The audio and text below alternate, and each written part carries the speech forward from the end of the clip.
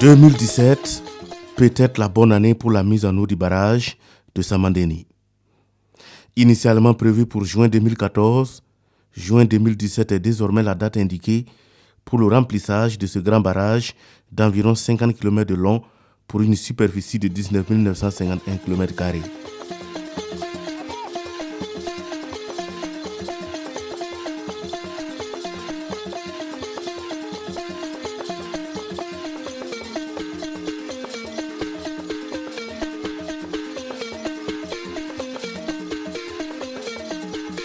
La réalisation de l'ouvrage a déjà pris beaucoup de retard et le programme de développement intégré de la vallée de Samandéni n'entend plus laisser passer une seconde.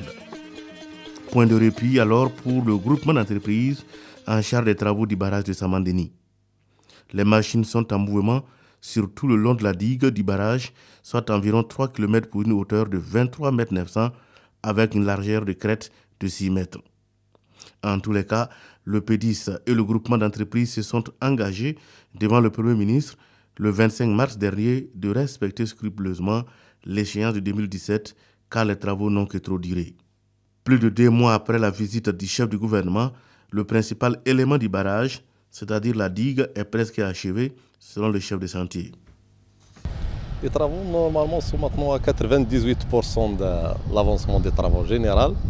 Nous sommes à 99% des travaux maintenant. La côte, on dépasse maintenant la côte 318, c'est-à-dire nous sommes presque à la fin des travaux. Maintenant, il reste 2% des travaux. Ça sera achevé d'ici le maximum fin juin. La fermeture, ça sera fait. Enfin donc le bout du tunnel pour les travaux du barrage de Samandéni. Sommes-nous tentés de dire ainsi? L'espoir suscité en 2008 avec le lancement en grande pompe de cet ouvrage avait commencé à s'estomper. Les jours, les mois et les années se suivaient et se ressemblaient presque pour les acteurs du projet. Mésentente entre les populations affectées et l'État, conséquence, les machines étaient à l'arrêt. Aujourd'hui, c'est un nouveau vent qui souffle sur Samandéni. Les machines ont repris du service. La première mise en eau du barrage est en vue. Il faut dire qu'au niveau des travaux du barrage, il y a le lot 1 qui est le barrage, il y a le lot 2 qui est la centrale hydroélectrique. Donc le lot 1 concernant le barrage, bon, je pense que là-bas, c'est ça qui concerne la mise en eau. Je pense que là-bas, le délai vraiment, la mise en eau sera vraiment respectée. Voilà, à part on a toujours des retards au niveau de la livraison de certains équipements hydromécaniques, tels que les grilles. Mais je pense que l'entreprise nous a rassurés que c'est fabriqué en France. En tout cas, que ce sera livré sur le site, en tout cas, ce sera mis en place, en tout cas avant la date ultime. C'est aussi un challenge pour le gouvernement qui ne veut pas rater cet ultime rendez-vous au risque de trahir ses propres ambitions quant à l'émergence des pôles de croissance. Samandéni sera d'une grande importance avec une spécificité, rendre navigable le fleuve Mouhoun jusqu'au Ghana.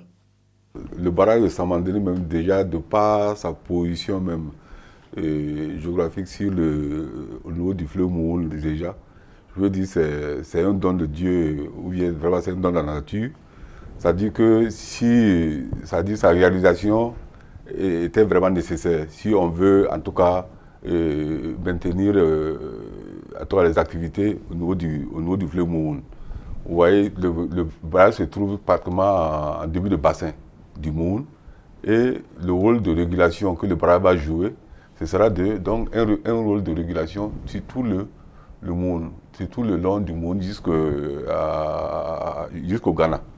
Voilà, jusqu'au Ghana, parce que c'est un fleuve international. On doit laisser un minimum de débit sanitaire qui doit arriver au niveau du Ghana. Mais pour les usages même déjà, le barrage de Samandéni a été dimensionné pour être un barrage de régulation interannuelle.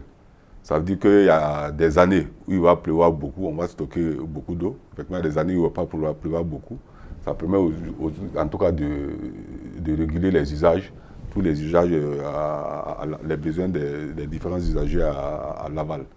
Voilà, donc vous avez. Et donc le recalibrage du fleuve Mouhoun là va permettre de rendre le fleuve navigable de Samandéni jusqu'à d'abord à Ouessa. Ensuite, éventuellement au Ghana, pour faire la connexion avec le Ghana.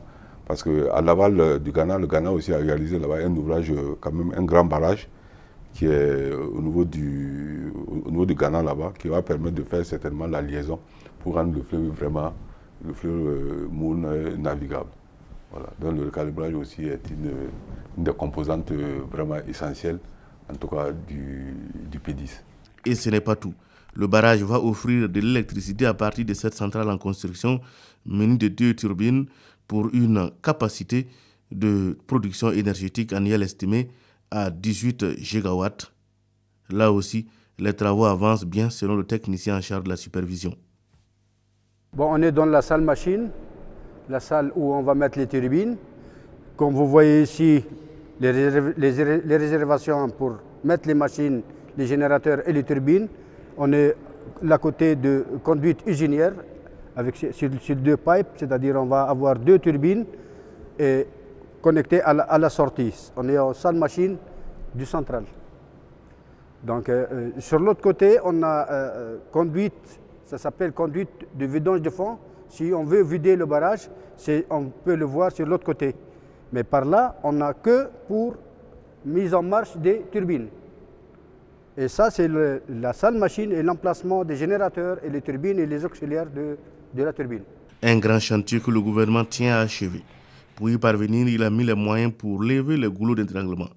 Les populations de 8 villages affectés sont déplacées et réinstallées avec les différentes mesures d'accompagnement.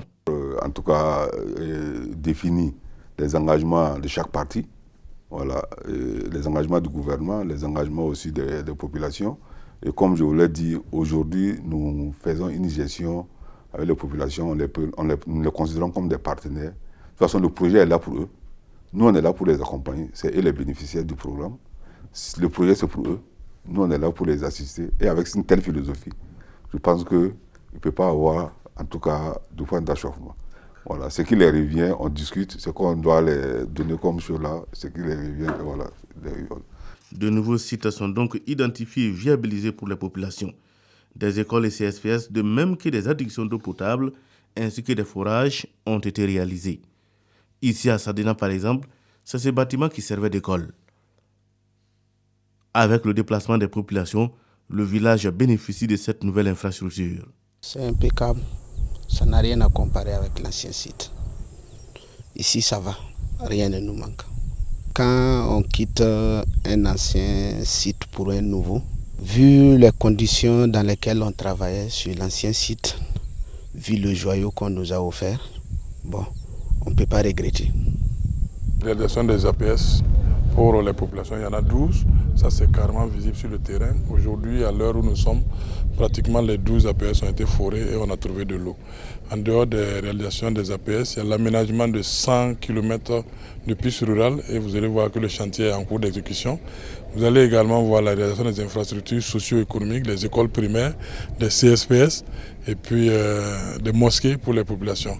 Nous allons bientôt engager la réalisation des infrastructures économiques telles que les marchés pour que les populations puissent être réinstallées dans les meilleures conditions.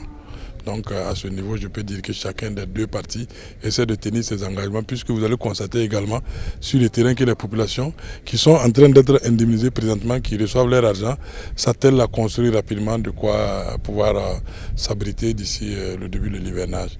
Donc chacun des 2 parties essaie de tenir ses engagements, qui est de libérer la cuvette d'eau. Aujourd'hui, population et acteurs du projet s'accordent à dire que la hache de guerre est enterrée. Pour le moment, c'est enterré, carrément, sinon même carrément enterré pour le moment. Parce que je peux dire que carrément enterré, dans la mesure où, si réellement les promesses qui ont été faites par le gouvernement au cadre de constatation par rapport au cahier des charges, si toutes les conditions sont remplies, je me suis dit que la guerre est carrément enterrée. Il n'y a plus de point d'achoppement entre nous et le projet, c'est même une période de grand amour puisque je crois qu'il y a une nouvelle méthode de gestion participative du projet qui est mise en place et qui est en train d'être exécutée. Tout ce qui se prend comme décision dans le cadre de l'exécution du projet se fait en concertation avec les populations. Nous participons à l'exécution de ces mesures-là. Tout ce que le gouvernement nous a promis dans le cadre du protocole d'accord là est en train de s'exécuter. Je ne sais pas si vous avez pu peut-être faire le tour des institutions financières de la place. Je ne sais pas s'il faut citer des noms, mais vous aurez dû remarquer que les populations sont massivement en train d'être payées à l'heure même où on vous parle dans les institutions financières de la place pour soit aller reconstruire les maisons, pour soit les indemnisations des vergers, de tout ce qui concerne nos intérêts économiques et sociaux. Par rapport à la question des indemnisations, on peut dire qu'au niveau du PEDIS, en tout cas, il n'y a pas de problème. Les engagements, effectivement, tels que le Premier ministre l'a promis, sont effectifs, puisque le PEDIS, effectivement, a eu les moyens financiers dans ce sens-là. Des pistes de désenclavement sont ouvertes et d'autres toujours en chantier, à l'image de cette voie reliant Magafesso à Banakesso avec la réalisation d'un ouvrage d'art. Varie et assainissement, c'est la route là, et puis les dallos, les radiers. Sincèrement, la population peut compter sur nous, puisque déjà ils apprécient déjà même qu'on accélère. Au même moment, au niveau du barrage, à côté des bulldozers et autres poids lourds, ici à l'œuvre pour l'achèvement de la digue et ses accessoires, les travaux de déboisement sont lancés à grande échelle à l'amont du barrage.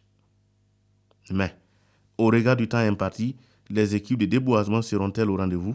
Depuis que nous sommes là, nous sommes sur une superficie de 3222 hectares et nous avons déjà fini plus de 1100 hectares. Et tout le reste, les tronçonneurs sont répartis tout au long en train de déboiser actuellement. Et je pense que tout va très bien. La saison des pluies se signale. Et nous sommes à quelques semaines de la date butoir pour la première phase. Point de doute, les premières eaux seront dans le barrage à la date souhaitée, rassure le groupement d'entreprises. Non, c'est-à-dire on sera au temps précis pour la fermeture du barrage. Le déboisement il sera achevé. Le barrage se remplit, les autres travaux vont être achevés au fur et à mesure de l'arrivée du matériel. C'est-à-dire on sera dans les délais pour la production d'électricité, il n'y aura pas de problème. Tous sont unanimes, Samandeni constitue l'émergence d'un pôle de croissance. Le composant du PEDIS, comme vous avez dit, il y a d'abord l'ouvrage principal, qui est le barrage avec ses ouvrages annexes tels que la centrale. Et après ça, vous avez une composante aménagement hydro-agricole, voilà, puisque de 21 000 hectares environ qui ont été identifiés. Et une composante aussi, une zone, composante industrielle, une zone agro-industrielle. Et il y a le volet aussi, il y a le volet pêche aussi qui est là. Et où en tout cas, les études ont montré que en tout cas, on pourra, en pêche artisanale, là, on pourra déjà même, après la mise en eau, lorsqu'on va faire le barrage Samandeni pourra donner 1200 tonnes de poissons par an. À terme, le barrage aura une capacité de stockage d'eau de 1,50 milliard de mètres cubes d'eau pour 21 000 hectares de terres irriguées sur 17 sites le long du fleuve Mouhoun, sur 195 km entre Samandeni et Dédougou.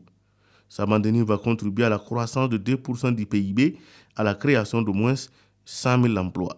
Le coût du PEDIS est de 200 milliards de francs CFA, financé par 8 partenaires et le gouvernement du Burkina Faso.